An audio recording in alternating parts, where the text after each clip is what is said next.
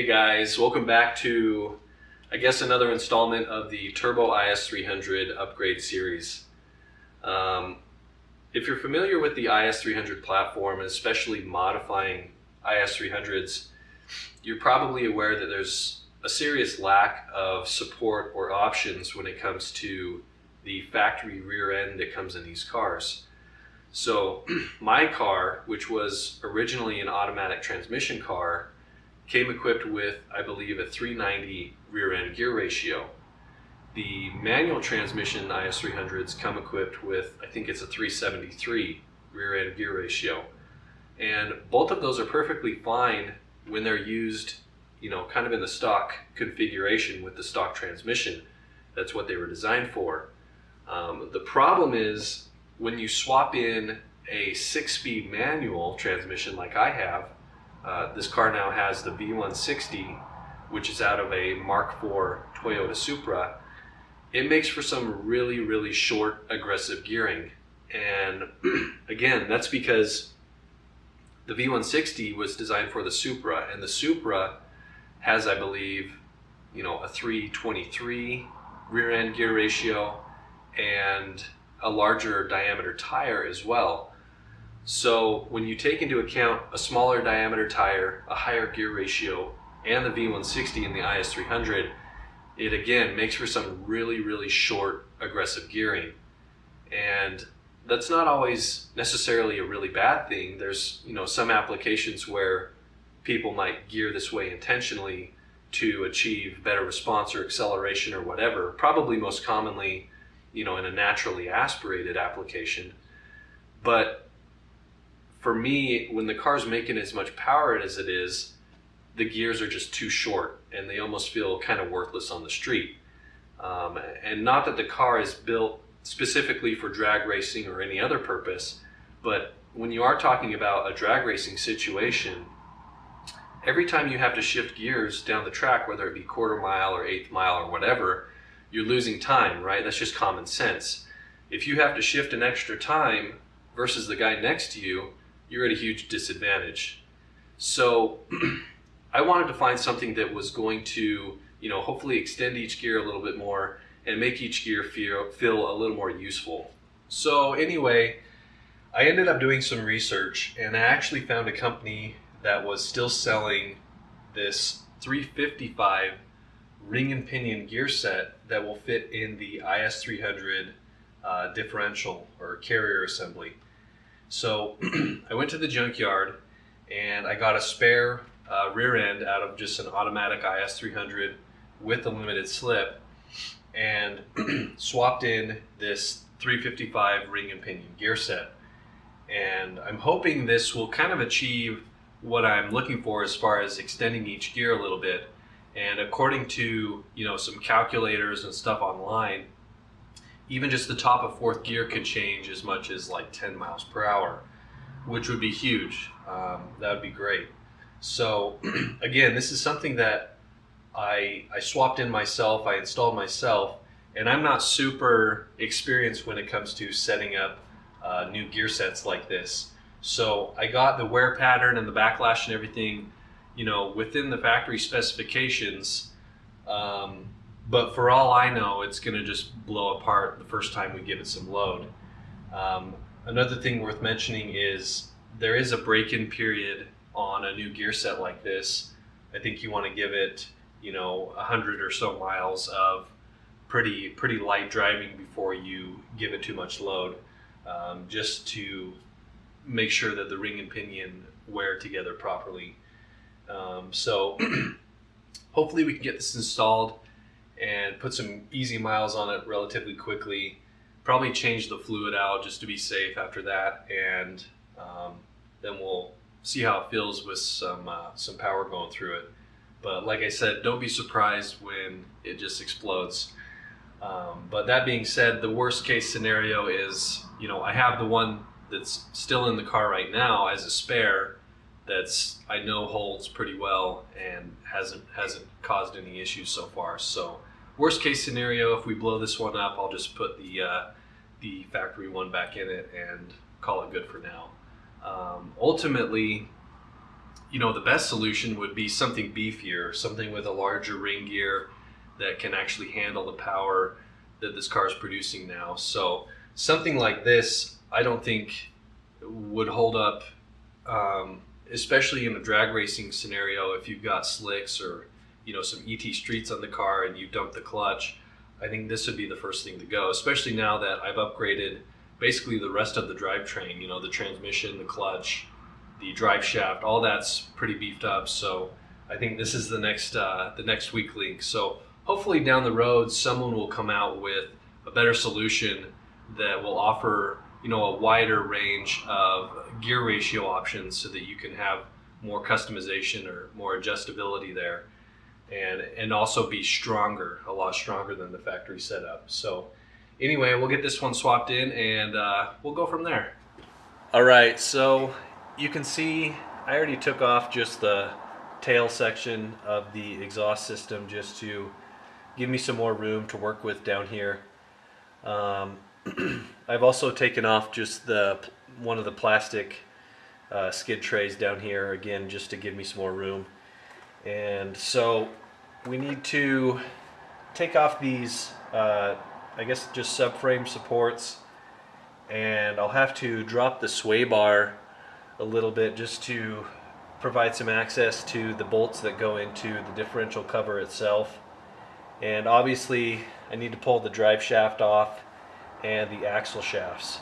So once we get all that stuff kind of taken off of the carrier assembly itself, we should be able to carefully lower it down and get it out.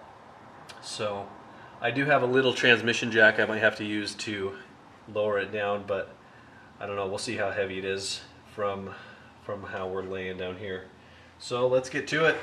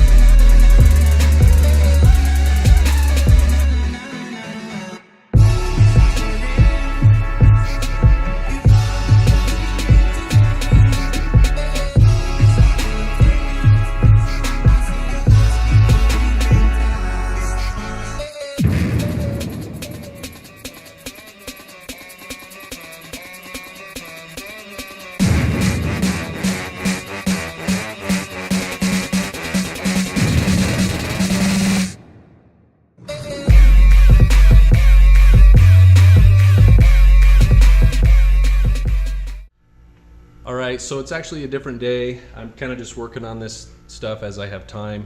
I'm actually using my GoPro too because my DSLR is currently out of batteries, but as you saw, I got the factory rear end removed from the car. I've got both of them here on my workbench, and I have just a few parts I have to pull off of this rear end and swap them over to the new one. You can see, such as like these diff bushings, I've got to reuse those, swap them to the new rear end. This rear drive shaft adapter flange I've got to reuse, and I also have to swap over this rear main cover. The one that I got from the junkyard here, you can probably see it's a little bit damaged. Looked like they maybe dropped it and it cracked this mounting tab right here, so got to swap the cover over as well. And so anyway, once we get those parts swapped over, hopefully we can get the new diff installed in the car.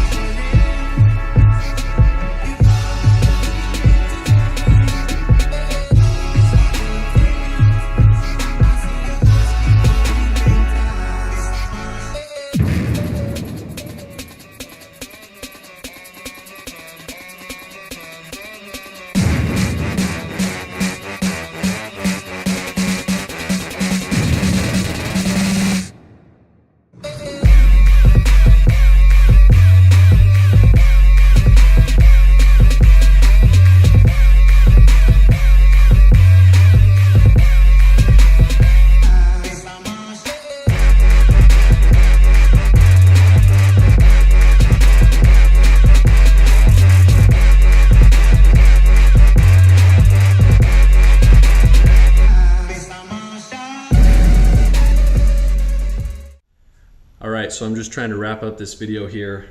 Sorry for kind of a boring ending, but I ended up getting the 355 rear end put back in the car, and I've put probably 60 or 70 miles on it since then, and it's working great so far. So for the first 30-40 miles with the new rear end in there, I drove it really lightly and only up to speeds of maybe 50 miles per hour. So doing that's supposed to kind of break in the ring and pinion and kind of heat treat them so that they can be nice and strong and not have any issues down the road. So after breaking it in lightly, I ended up draining the fluid, and there wasn't any excess material or shavings or anything, so that was good. Put some new fluid in it, and for the last 20-30 miles I've been driving it harder, and it's been holding up just fine. Haven't had any issues. The only thing I have noticed is this rear end does make a little bit more noise.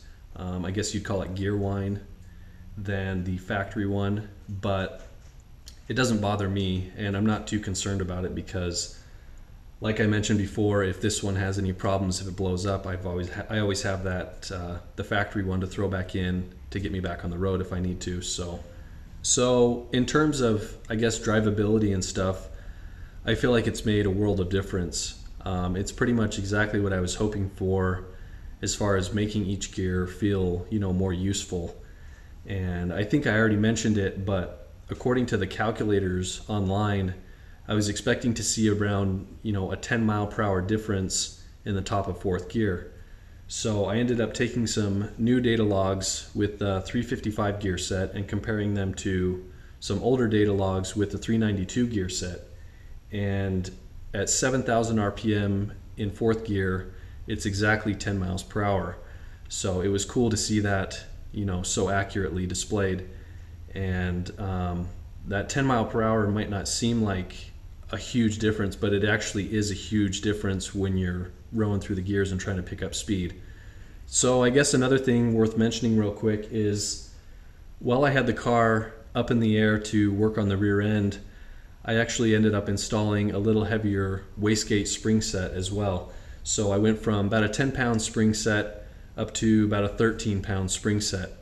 And I'm hoping that will kind of alleviate some of the boost tapering that I was seeing at higher boost levels in the higher RPM range.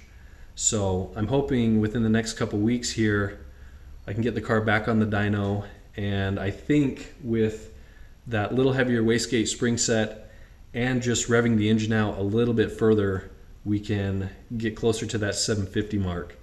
So last time it was on the dyno when it made around 705, that was only at 6,800 RPM. So with how fast power is climbing according to the power curve, even just revving it out closer to redline is going to pick up a pretty good amount of power. So hopefully we can get closer to that 750 mark. So anyways, that's going to do it for this one. Sorry again for kind of a boring ending here, but be sure to keep an eye on the channel. Should have some pretty good new dyno footage coming up within the next couple weeks when I get this thing strapped back down and try and push it closer to 750. So as always, thanks for watching, and let me know if you have any questions or anything. See ya.